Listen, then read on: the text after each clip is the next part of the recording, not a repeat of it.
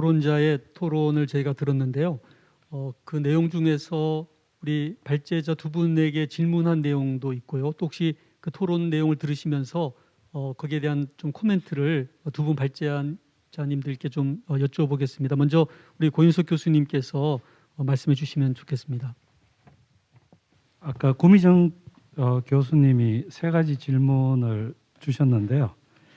거기에 대해서 저 질문들이 다 중요한 질문들을 주셨습니다. 그래서 거기에 대해서 먼저 제가 말씀드리겠습니다. 그러니까 첫 번째는 그 우리나라의 이 감염병 대유행 때 이 대역병에 대한 그 의료 재원 분배라든지 여기에 대한 합의된 지침이 없다는 문제는 사실은 그 대한중환자의학회가 그 보건복지부나 중수본에 여러 차례 이 문제를 그 문제점에 대해서 말씀을 드렸습니다. 그러니까 그 생각해 보면은요, 대한민국은 조그마한 나라입니다. 그러니까 미국까지 그렇게 큰 나라가 아니기 때문에 그 이제 제가 그것을 우리나라는 작은 나라이구나 하는 걸 직접 경험해 본 게 그 가습기 살균제 때 그 해결 방안을 저희가 찾을 때에 각 전문가들이 모여서 한 6개월 했었거든요, 작업을. 그래서 우리가 그 어떤 방안을 찾아낸 적이 있었는데 지금이라도 보건복지부가 중심이 돼서 전문가들을 초청해서 여기에 대한 지침 가이드라인, 그러니까 지침을 준비를 해야 되는 거죠. 대한중환자의학회에서 제안한 것도 사실은 중증 환자의 중환자실 입실 문제만 제한돼 있지. 그리고 지금 이제 물론 뭐 지금 보건복지부에서 생활치료센터 그다음에 병원 그리고 중환자실 관련해서 그 환자 배분에 관한 그거는 있지만 이제 결국 문제는 중증 환자의 그 폭증에 대해서 어떻게 대처할 것인가에 대해서는 지금 없거든요. 제가 알고 있기는 보건복지부에서는 연말까지 중환자실 병상을 200병상인가 확보한다. 그리고 의료 장비를 확보한다로 되어 있는데 그거는 하드웨어적인 문제고 실제로 치료할 의사를 어떻게 배치를 할 것이며 오는 환자를 어떻게 어떤 순서로 그 환자들을 받아들일 것인가에 대해서 지침이 없습니다. 그래서 그것을 지금이라도 보건복지부가 중심이 돼서 그 지침을 만들고 그 만든 지침을 언론을 통해서 시민사회의 그 협조를 구해야 되는 거죠. 지금 우리가 그 K 방역이라고 해서 대단히 성공했지 않습니까? 그 K 방역의 성공의 비결은 어디 있었습니까? 시민들의 협조에 있었습니다. 그러니까 우리가 이 문제를 봐야 되지 않겠는가. 더군다나 이게 노인 환자들의 사망률이 높고 지침에서는 노인 환자가 우선순위가 떨어지는 지침을 만들 수밖에 없는데 국가의 역량을 위해서는 그럴 때에 그 어떻게 그러면은 노년청에 그 합의를 얻어낼 것인가. 그리고 그 노년청에 그러면은 예방 대책은 어떻게 가져가서 질병에 걸리지 않도록 할 것인가 하는 여기에 대해서 준비를 해야 되고 그리고 아까 제가 말씀드린 것처럼 이것을 의사 개인이 하도록 하면 안 됩니다. 그 의사가 가지게 되는 윤리적 부담은 얼마나 크겠으며 그리고 일관성이 없는 거죠. 그렇게 되면은 그러면은 시민들의 불만이 나오게 돼 있습니다. 그러니까 이것을 각 기관에 의료기관에 이 문제를 다루게 되는 기관 내에 소속 위원회가 준비돼야 됩니다. 그러니까 국가 전체의 큰 기관에서 이걸 다 이 환자를 이렇게 보내고 저렇게 보내고 이건 늦어져서 되지 않습니다. 그러니까 각 의료기관의 그런 그 환자 입퇴실을 결정하는 위원회를 만들고 그 위원회의 중심 인물들을 모아서 그 지침을 교육을 시키고 그래서 그 지침이 일관성 있게 작동되도록 해야 되는 거죠. 그러니까 이제 그런 것이 지금 또 늦지 않았다. 지금이라도 빨리 해야 된다. 왜냐하면은 우리나라에 앞으로 다가올 감염병이 코비드 19밖에 없겠습니까? 미국은 사르스를 통해서 상당히 준비를 했었거든요. 그래서 그것을 지금 적용하고 있는 것으로 알고 있는데, 그래서 우리도 지금이라도 빨리 그것을 해야 된다는 거고, 그다음에 이제 두 번째에 이제 뭐 질문 사항은 그 아마 이제 저보다 우리 박은호 신부님께서 종교의 역할에 대해서 좀 더 말씀을 해주시면 좋을 것 같습니다. 그리고 이제 세 번째가 이 중요한 얘기죠. 그러니까 이런 대역병 시기에서 이제 그 치료 재원의 분배에서 가치의 두 가지 중심되는 가치는 공평성과 그 다음에 효율의 최대 극대화거든요. 이 두 가지입니다. 그러니까 공평성의 문제에서 그러면 소외된 환자들을 어떻게 할 것인가? 이번에 K 방역하면서 우리나라에서 정말 잘한 게 하나 있어요. 그 자랑할 만한 제가 캐네디안 크리티컬 케어 포럼에서 우리 사우스 코리안 퍼스펙티브를 좀 강의를 해달라 그래서 제가 강의를 하면서도 그걸 소개를 했는데요. 우리 그 복지부에서 질병관리본부하고 해서 뭘 했나 하면은 국내에 소위 말해서 이제 그냥 정식으로 들어오지 않은 외국인들을 포함해서 그거를 비자 여부에 상관치 않고 통역까지 포함해서 검사를 무료로 제공했어요. 대단한 거죠, 이거는. 정말 우리 국가가 자랑스러운 자리였는데요. 거기에서는 노숙자 포함해서 다 그걸 길가에 포스터도 붙어 있고 이랬거든요. 정말 훌륭한 거죠. 그러니까 이게 우리나라 이번에 방역에서 전 세계적으로 정말 자랑할 수 있는 그 드라이브 스루와 함께 자랑할 수 있는 그 방역인데, 근데 말씀드렸지만은 우리가 이제 그 모든 환자를 공평하게 진료해야 된다는 것은 정말 명제이지만 현실은 상당히 어렵죠. 그러니까 그 어려운 점을 그러면은 어떻게 극복해야 되느냐? 시민들이 합의한 지침대로 하면 되는 겁니다. 그게 현실적인 방법이죠. 이런 경우에는 이렇게 됩니다. 라는 것을 준수해 주면 되거든요. 의료 현장에서. 그게 중요한 거죠. 이런 대역병 시대일수록 가장 중요한 게 뭔가 하면은 공적 기관이 시민들로부터 신뢰를 얻는 것이고, 그 신뢰의 바탕은 투명성이죠.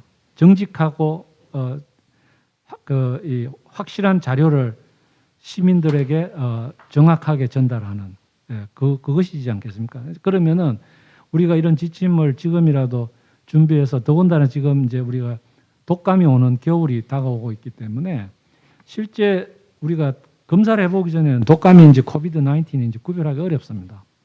그러면은 그것을 우리가 어떻게 대처할 것인가에 대해서 지금이라도 복지부에서 좀 났으면 좋겠어요.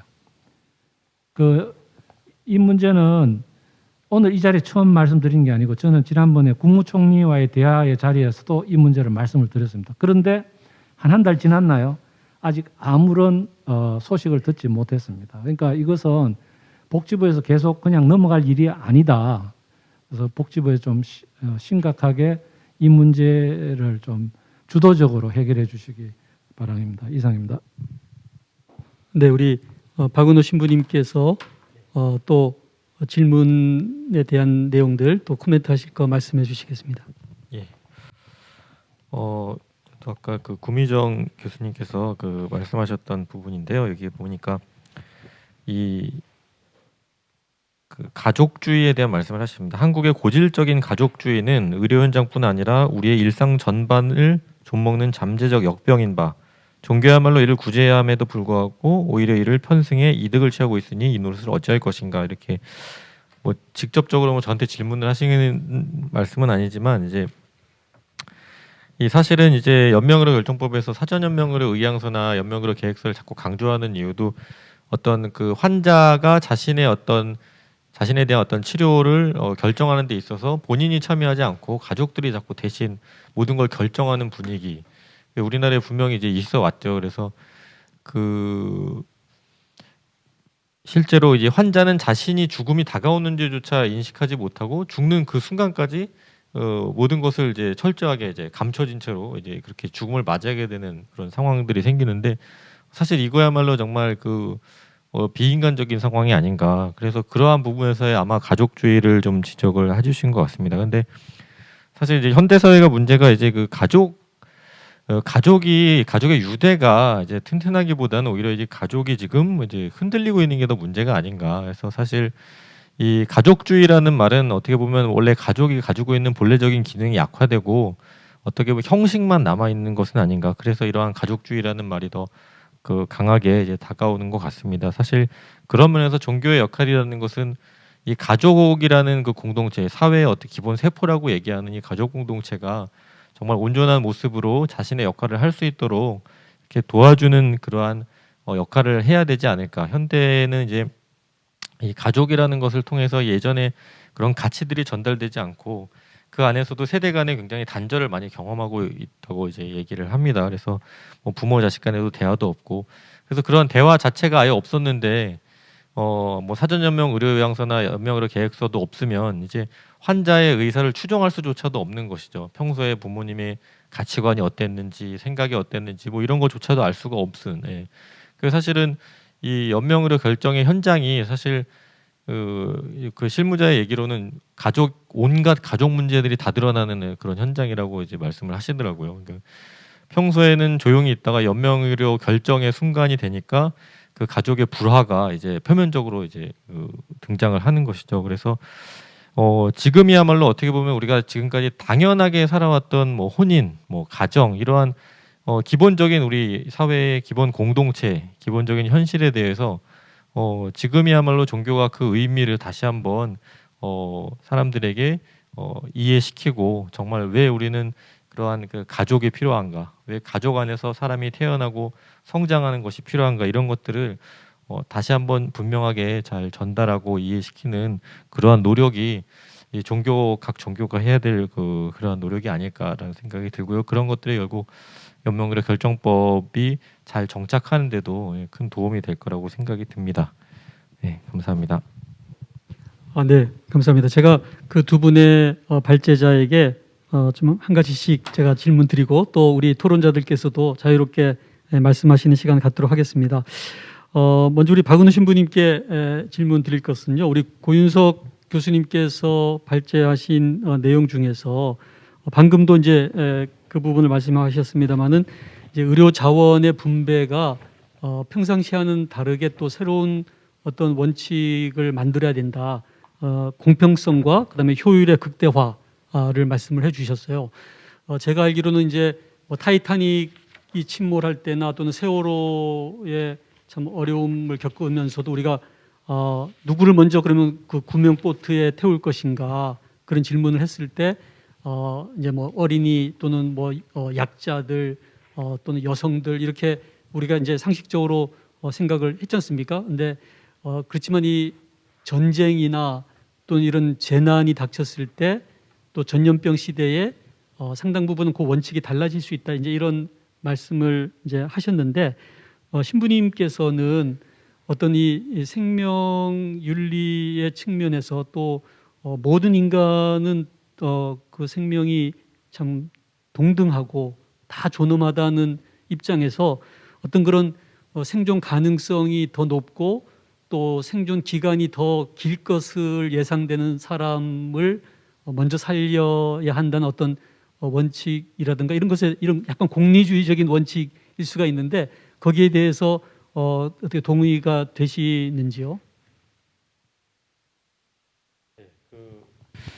뭐 얼마나 더 오래 살 것이냐 요거는 좀 제가 잘 모르겠지만 적어도 생존 확률 같은 경우는 이제 의학적인 그런 판단에 의해서 가장 이렇게 그 상황에서 좀 더 이제 치료를 통해 살릴 수 있는 사람들을 선택하는 그러한 어떤 구분 자체는 사실 뭐 공리주의적이라고 할 수는 없을 것 같고요. 그거는 이제 그 최대한 많은 생명을 살리기 위한 어떤 그러한 어쩔 수 없는 선택이 아닐까라는 생각이 들고 뭐 이 사람이 앞으로 사회적으로 더 많은 역할을 할 것이다 아니면 더 많은 도움을 줄 것이다 이런 걸 가지고 이제 판단을 내리는 건 굉장히 좀 우리가 좀 조심해야 되지 않을까. 예. 저도 그 부분은 이제 막상 이 상황이라는 것 자체가 굉장히 긴급하고 이제 그 어려운 상황이기 때문에 그래서 아까도 이제 이 파출직 신부님의 어떤 이 원칙들 같은 경우에는 이제 뭐 생존 확률, 또 신체 기관의 기능, 그리고 다른 임상적으로 중요한 의학적 자료나 검사 결과를 토대로 이렇게 선정을 해야 된다라고 얘기를 하고 있거든요. 그게 가장 이제 의학적인 판단에 의해서 합리적으로 해야 되고, 환자의 나이나 장애 정도 혹은 다른 부차적인 어떤 기능이나 특징들 이런 것들만을 토대로 하지 말라니까, 기본적으로는 늘 말씀드리는 게 이제 어떤 그런 의학적이고 임상적인 판단을 통해서 가장 먼저 치료를 받아야 될 사람들을 선정하는 것, 그게 제일 중요한 것 같고요. 그 다음에 아까 이제 선착순, 여기는 선착순도 나왔는데 이제 고윤석 교수님께서 이 선착순으로 무조건 하면 안 된다라고 말씀을 아까 해주셔서 저도 처음 그걸 이제 알게 됐는데, 뭐 이 무작위 접근 방식, 요것도 이제 그 뭐 같은 중증도나 같은 상황이라면 이런 그런 무작위 접근 방식이 이제 조금 전에 말씀드렸던 어떤 공리주의적인 그런 방식들을 피하는 방법이 되지 않을까 생각이 듭니다. 네, 우리 고윤석 교수님께 한 가지 질문 드릴 것은 그 굉장히 지금 이제 중요하게 다루고 있는 내용이 어떻게 그 제한된 의료 자원을 분배할 것인가, 거기에 대한 어떤 환자들을 인공호흡기 또는 중환자실 병상을 배정할 때 어떤 기준을 가지고 배정할 것인가에 이제 어떤 심사위원회에 대한 말씀 토론자께서도 해 주셨는데, 혹시 그 각 의료기관마다 이제 그런 위원회가 있어야 된다는 말씀 우리 교수님께서 해주셨는데, 지금 현재 그 종합병원, 특히 이제 뭐 대학병원이나 중환자실 갖추고 있는 병원들에서 그 기관 내에 이제 의료윤리위원회가 있지 않습니까? 그 기관 의료윤리위원회가 이런 심사를 담당하는 것은 어떤가요? 현실적으로 거의 불가능하죠. 이게 그 기관윤리위원회의 효율성에 대해서 사실 해본 분들은 잘 아실 거예요. 그게 소집하기도 힘들고, 그다음에 지금 이런 대역병 시대에 환자의 배치에 관련된 위원회는 그렇게 규모가 클 필요가 없어요. 전문가와 그 병원의 윤리 만약에 학자가 있으면은 그 소규모 구성에서 국가가 합의된 지침을 제대로 수행하는 것을 검토하면 되는 겁니다. 그러니까 전제 조건은 국가가 먼저 시민사회로부터 동의를 얻은 지침을 배포를 하는 것이 첫 번째고요. 왜냐하면 거기에서 건의가 나오거든요. 그러니까 지금 우리 박 신부님 말씀을 잘 해주셨는데, 그러니까 그 제가 말씀드린 내용도 거기에 전혀 어긋나지는 않은 거죠. 예를 들어서 근데 장애나 그 나이만을 고려하지 말라는 것이지, 그 고려 안 할 수가 없습니다. 비슷한 환자가 들어왔을 때 장애 정도가 심하시고 그러면은 우선 생존 가능성이 큰 환자를 의료진 입장에서는 그 선택을 할 수밖에 없는 거네. 그거는 이런 시점에서는 공동체를 생각해야 되거든요. 이제 크게는 국가가 되겠고, 이런 재난 상황을 넘어서서 국가가 지속되려면은 우리 환자들을 잘 많이 회복시켜서 그것을 감당할 수 있도록 해야 되기 때문에 이제 그런 건데, 그래서 그 첫 번째는 국가에서 지침을 만들고 그 지침을 현장에서 바로바로 할 수 있는 몇 사람이 필요합니다. 이제 그분들을 하고 우리 같이 그분들을 교육을 시켜야 되는 거죠.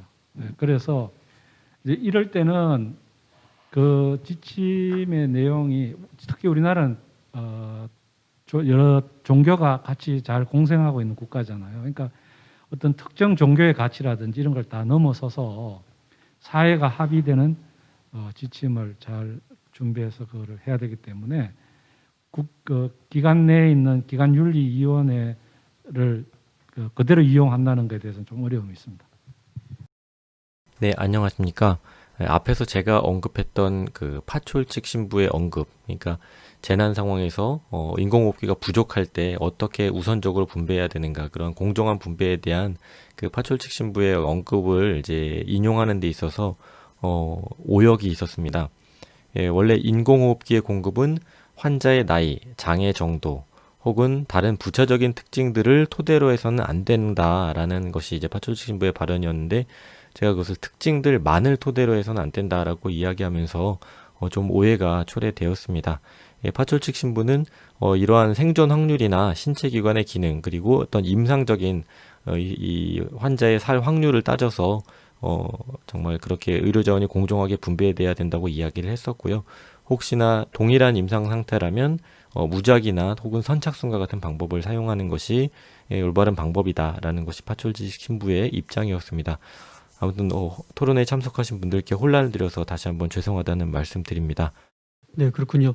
그 이번에도 우리나라의 그 코로나 확산이 대구에서 심했을 때, 별 증상도 없는데 이제 확진된 분들이 병상을 차지하다 보니까 정작 정말 중증 환자들이 입원을 못 해가지고 안타까운 참 상황도 우리가 맞이했는데, 그 이후에 이제 생활치료센터 개념이 생기면서 가벼운 증상이 있는 사람들은 이제 과감하게 병원 대신에 생활치료센터에서 관리하는 시스템을 저는 참 잘 도입한 것 같아요.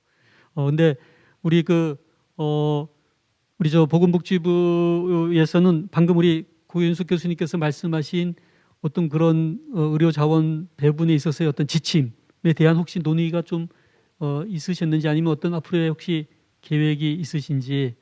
예.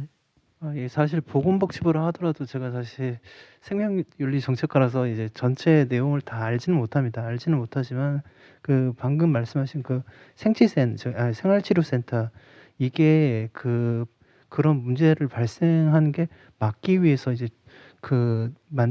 말씀하신 대로 만든 정책 중에 하나고요.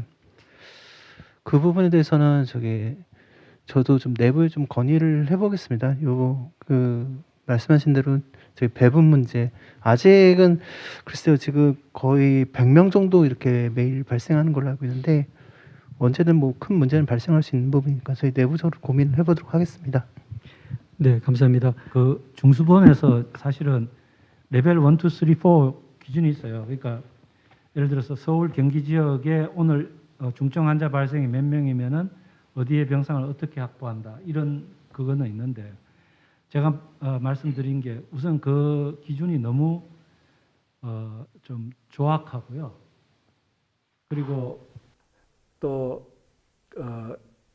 실제로 그 현장의 그 기준이 그나마 그 기준조차도 제대로 잘 전달되어 있지 않다 이런 거고, 예를 들어서 이제 이런 겁니다.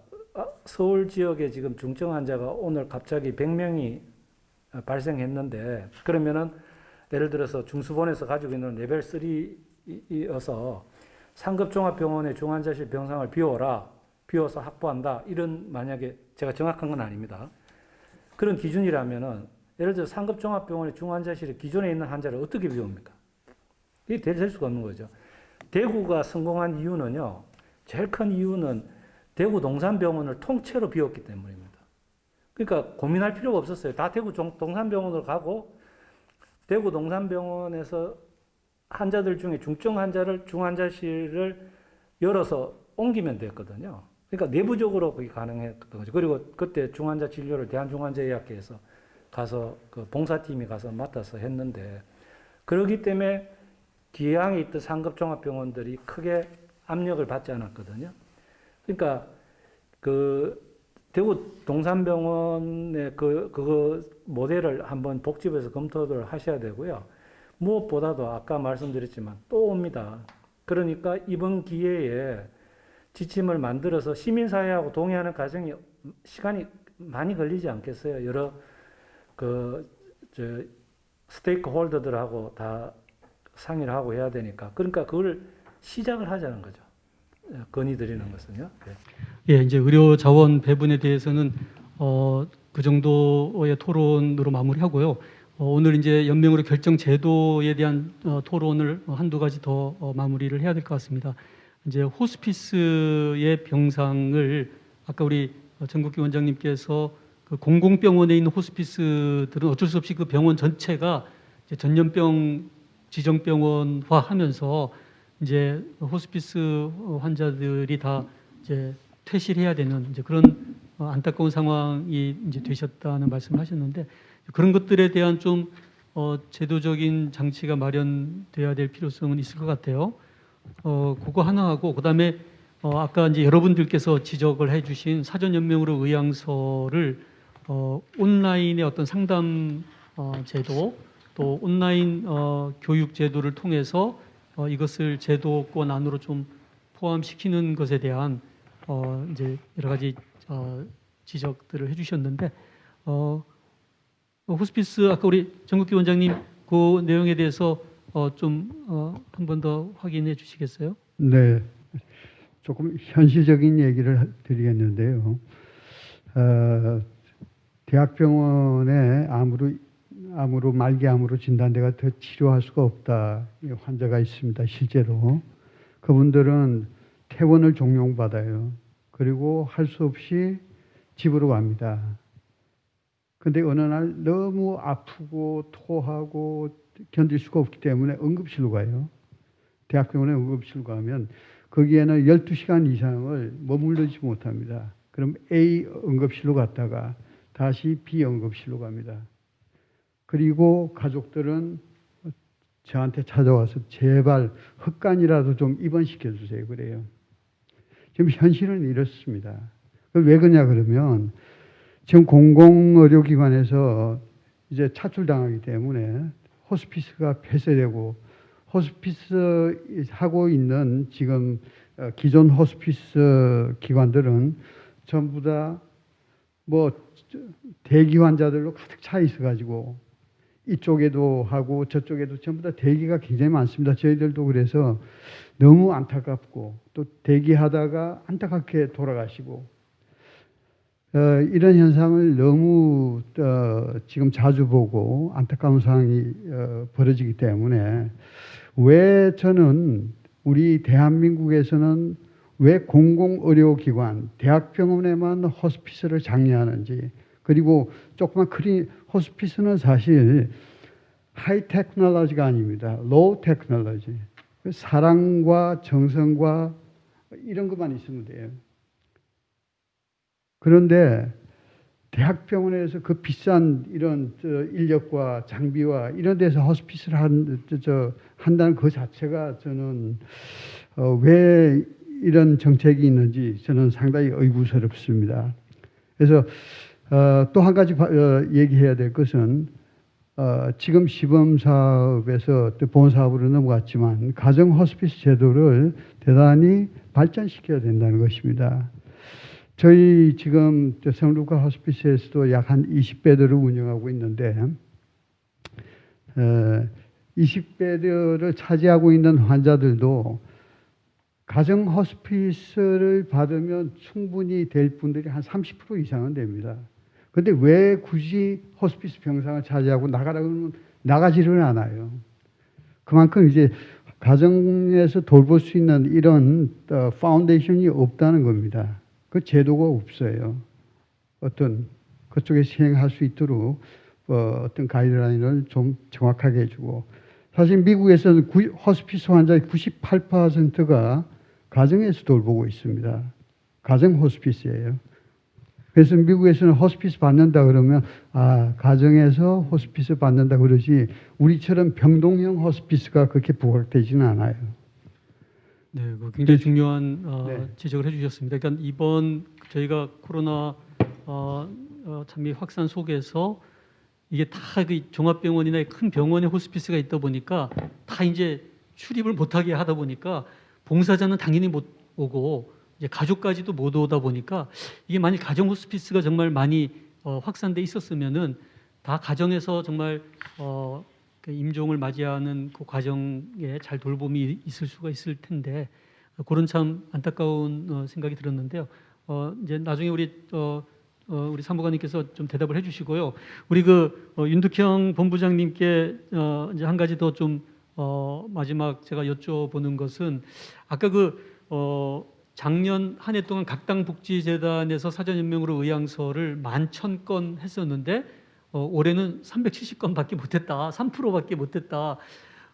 각 당이 그 정도면 아마 다른 데는 더 못했지 않았나 생각이 드는데, 그러니까 이거는 정말 앞으로는 우리 고윤석 교수님도 지적했습니다만 코비드 19만이 아니라 뭐 어떤 바이러스가 확산될지 모르는 상황에서 이제 위드 코로나로 가야 될 텐데 이런 전염병과 이제 더불어 살아가는 시대에 이런 제도로만은 정말 어렵지 않는가 하는 생각이 들어요. 더더욱 이제 예기치 않는 죽음을 더 많이 맞이할 수 있는 상황에서 어쩌면 연명으로 결정은 더 많이 필요한 상황이 되고 있는데 이것이 온라인이 허용되지 않는 제도라면은 이제 문제가 있을 것 같은데 아까 우리 저 국가생명윤리정책원에서는 그런 온라인 제도를 이제는 이제 도입하는 것에 대한 상당한 스터디가 된 것 같은데 그래서 요 두 가지 아까 그 호스피스에 대한 질문과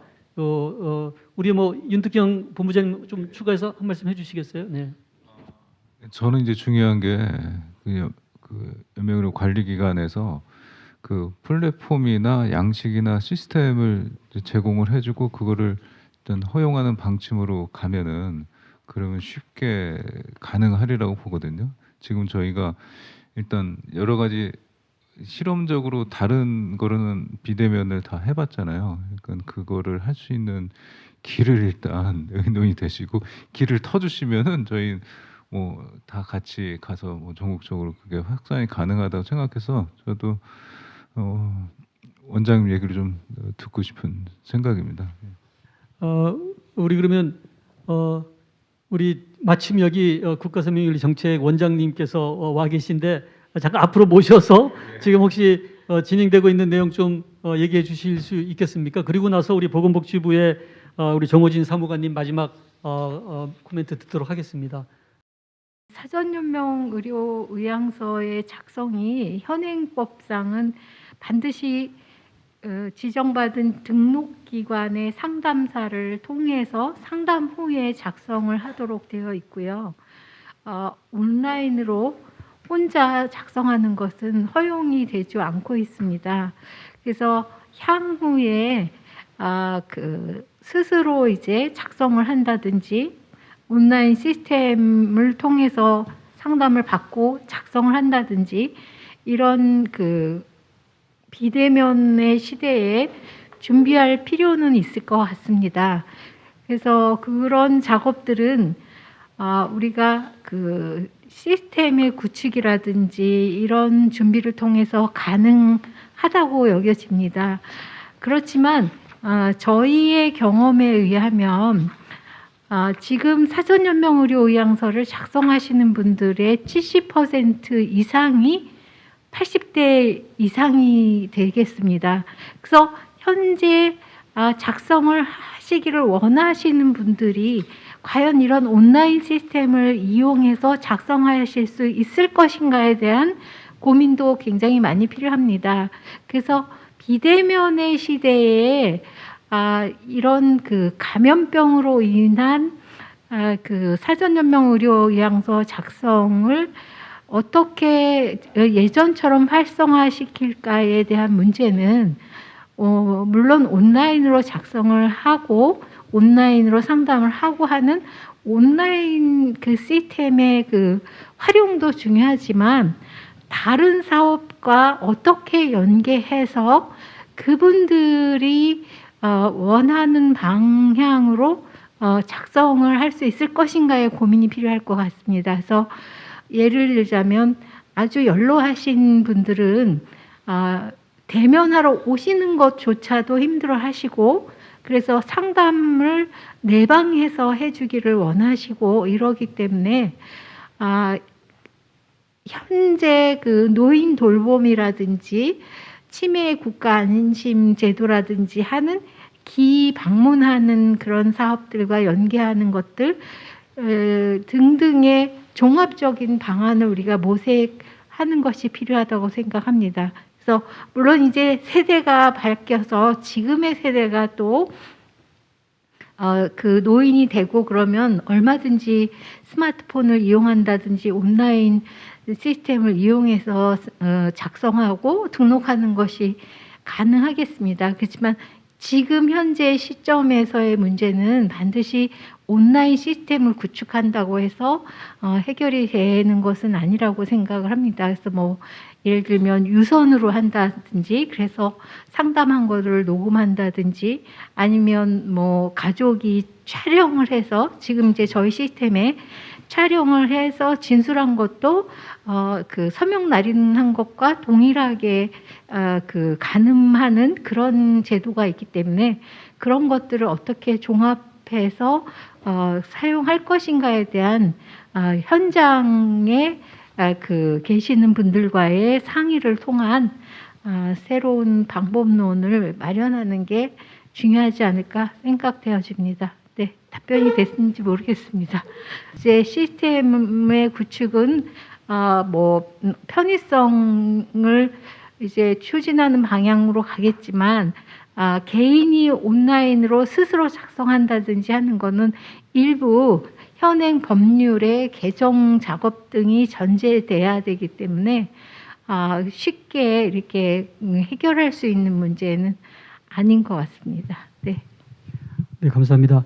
우리 주무부처인 우리 보건복지부의 우리 정호진 사무관께서 마무리 좀 정리해 주시는 말씀해 주시고 마치도록 하겠습니다. 예, 사실 제가 드리려고 생각했던 말씀을 저희 원장님께서 다 말씀을 하셨는데 제가 아까 말씀드렸듯이 고민해볼 사항이라고 했는데 이게 우선 저희 말씀하신 대로 저희 법률 개정 사항입니다. 그래서 좀 단기에 될 거는 아닌 것 같고요. 그리고 그 국생원에서 이제 해주신 올해 온택트 교육 같은 경우는 그 의료기관 종사자들이라든지 그 등록기관에 있는 종사자들 대상으로 이걸 수행을 하면서 좋은 효과들을 많이 봐왔던 거고요. 이 대상자들이 직접 하는 거는 약간 그건 좀 다른 문제입니다. 다른 문제인데 장기적으로 봤을 때는 도입을 하는 게 좋겠다라는 생각이 들어요. 근데 단기에 이렇게 바로 효과를 보기는 어려울 것 같고 그리고 저 좀 당황스럽더라고요. 그 각당 재단에서 그렇게 올해 등록 건수가 많이 떨어졌다고 하니까 아마 이건 전반적으로 그 등록 기관들이 많이 늘어났고 그리고 올해 같은 경우 이제 보건소나 이런데 공공기관으로 좀 많이 사람들이 가시다 보니까 그쪽 위주로 좀 쏠린 거 아닐까 생각이 됩니다. 그리고 그 가정 호스피스 예. 가정 호스피스 부분은 사실 제가 좀 많이 말씀을 드리기는 좀 어렵습니다. 이건 복지부 내부에서 저희 교수님 말씀을 듣고 이런 사항이 있구나 요거를 이제 알게 됐으니까 복지부 내부에서 담당 부서로 건의를 해보도록 하겠습니다. 근데 그냥 하나 좀 궁금한 게 있는데 이 가정형 호스피스가 사실 제일 이 미국은 98%가 가정형 호스피스라고 하는데 이것도 좀 문제 아닐까요? 이렇게 돼버리면? 그게 무슨 뜻이죠? 이 가정형 호스피스를 계속 확대해 나가는 게 그게 꼭 좋은 점만 있는지 문제점이 있는지 그게 그냥 궁금해서 여쭤봅니다. 가정형 호스피스는 지속적으로 증가되고 있고요. 가정에서 주로 이제 통증이나 증상 등을 완화시키는 기술들도 발전되고 있기 때문에 아주 중증 환자가 아니면 호스피스 주로 가정에서 치료받는 게 일반적입니다. 우리나라도 아마 앞으로는 그런 추세로 가지 않을까 이렇게 생각되는데요. 그 가정 호스피스 팀이 이제 잘 짜여져서 아주 훈련된 그런 팀들이 이제 방문하는 거기 때문에 상당히 좋은 그런 제도가 될 거라고 봅니다. 오늘 이렇게 참 팬데믹 시대의 참 한 가운데에서 또 연명의료 결정 제도의 어떤 여러 가지 개선점에 대한 세미나를 준비해 주신 우리 각당 복지재단에 감사를 드리고요. 제가 보기에는 정말 죽음의 문화가 달라지는 그런 시점을 맞이한 것 같습니다. 이제는 그 감염 질환으로 인해서 이 코로나로 이제 돌아가시는 분들은 염도 안 한다 그러더라고요. 그래서 또 이제 워낙 우리가 이 냉동 어떤 저게 발전이 돼가지고 굳이 염을 할 필요가 이제 없는 시대를 맞이했다고도 그래요. 그래서 이 죽음의 문화 자체가 이참에 좀 새롭게 우리 장례 문화도 한번 점검을 해보고 또 더더욱 안타깝게 정말 가족들도 만나지 못하고 이렇게 죽음을 맞이하게 되는 이 전염병 시대의 환자들에 대한 정말 배려가 필요하지 않나. 제가 아시는 분은 중앙아시아의 어느 나라에서 이제 선교하시던 분이셨는데 정말 평생을 봉사하시다가 이 코로나에 걸려서 돌아가시게 됐는데 그 시신을 웅덩이에 던져줄 사람을 못 구해가지고 가족들은 갈 수도 없는 상황에서 그 현지에 그 사람을 구하는데 아무도 나서주지 않아가지고 참 안타까운 그런 소식도 제가 들었었거든요. 그래서 참 뭔가 그래도 존엄한 인간으로서의 어떤 죽음을 맞이할 수 있도록 이 팬데믹 시대에 우리가 좀 관심도 가지고 이 여러 가지 이 죽음에 대한 새로운 좀 성찰을 해야 될 때가 아닌가 생각하면서 다시 한번 오늘 이렇게 발제해 주시고 토론해 주신 여러분들께 감사드리고 우리 라재건 이사장님을 비롯한 우리 각당복지재단 여러분들께 감사드리면서 오늘의 토론회를 마치도록 하겠습니다. 감사합니다.